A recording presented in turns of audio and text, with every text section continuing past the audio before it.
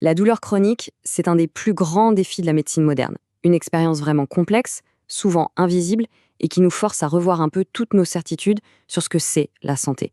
Alors comment on peut mieux la comprendre, et si au fond, un simple changement de perspective pouvait tout changer? C'est exactement ce qu'on va explorer ensemble.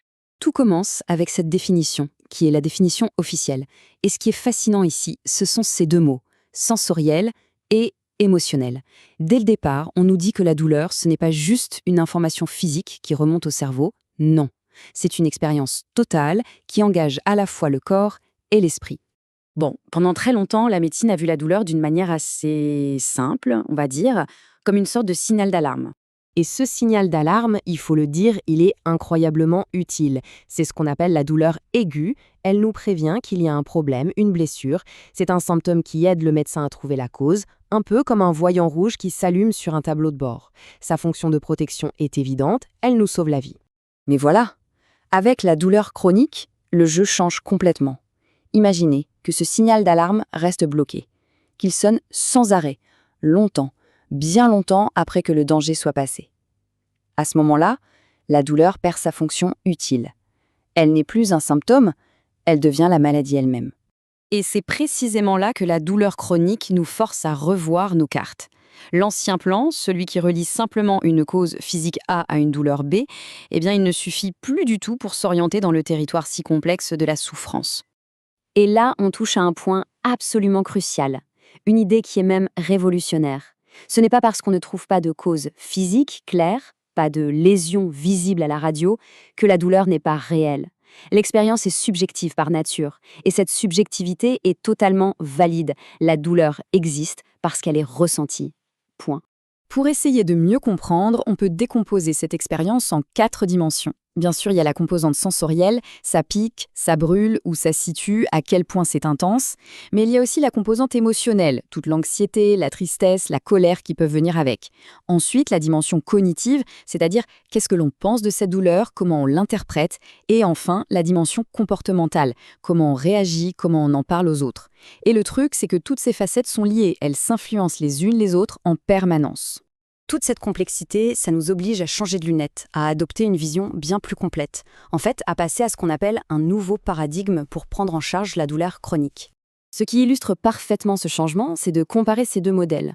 D'un côté, le modèle biomédical classique, qui cherche la lésion à réparer et où le patient reçoit passivement un traitement, et de l'autre, le modèle biopsychosocial, qui lui s'intéresse à la personne dans sa globalité, qui vise à améliorer la qualité de vie et où le patient devient un partenaire actif de sa propre santé.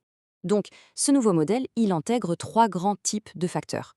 Bien sûr, les facteurs biologiques, mais aussi les facteurs psychologiques, les émotions, les croyances qu'on a sur la douleur. Et puis les facteurs sociaux, l'entourage, la famille, le travail. C'est vraiment l'entrelacement de ces 3 dimensions qui façonnent l'expérience unique et personnelle de la douleur pour chaque individu. Alors, dans ce nouveau monde, si on doit naviguer sur un territoire aussi complexe, quelle peut bien être notre boussole? Eh bien la réponse, c'est la relation thérapeutique elle-même. C'est elle le pilier. Il faut d'abord comprendre une chose essentielle. Quand une personne exprime sa douleur, ce n'est pas juste une liste de symptômes à cocher. C'est un appel à l'aide, un appel à être entendu, une façon de dire quelque chose de soi à quelqu'un d'autre. Et cette idée, elle est fondamentale. L'écoute, ce n'est pas une attitude passive, ce n'est pas juste attendre son tour pour parler. C'est un acte thérapeutique en soi. Le simple fait de permettre à une personne de raconter son histoire, de mettre des mots sur ce qu'elle vit, ça lui offre un espace pour faire des liens, pour mieux comprendre sa propre souffrance. Se raconter peut déjà être une première étape vers l'apaisement. L'outil principal pour cette écoute, c'est l'empathie. Attention, l'empathie, ce n'est pas forcément ressentir la même chose que l'autre.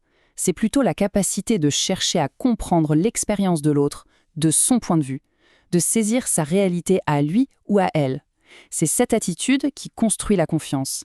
Et sans confiance, rien de solide ne peut être bâti. Et ce besoin de connexion, il n'est pas juste psychologique, il est profondément biologique.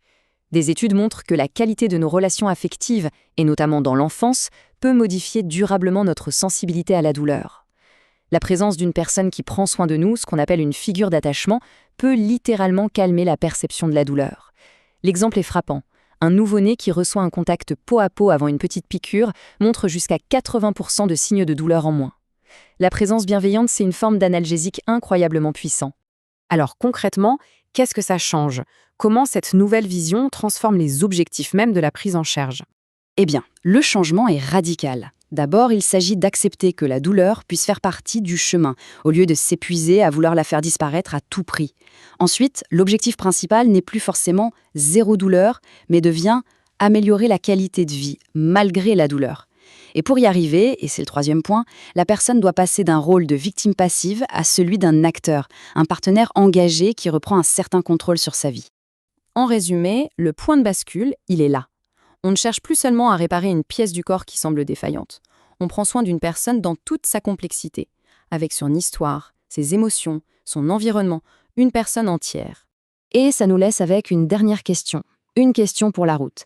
Dans ce labyrinthe qu'est la douleur chronique, face à ce sentiment d'impuissance qu'on peut parfois ressentir, et si la toute première étape, la plus fondamentale de toutes, ce n'était pas un médicament, ni une technique, mais simplement le fait de se sentir vraiment profondément entendu.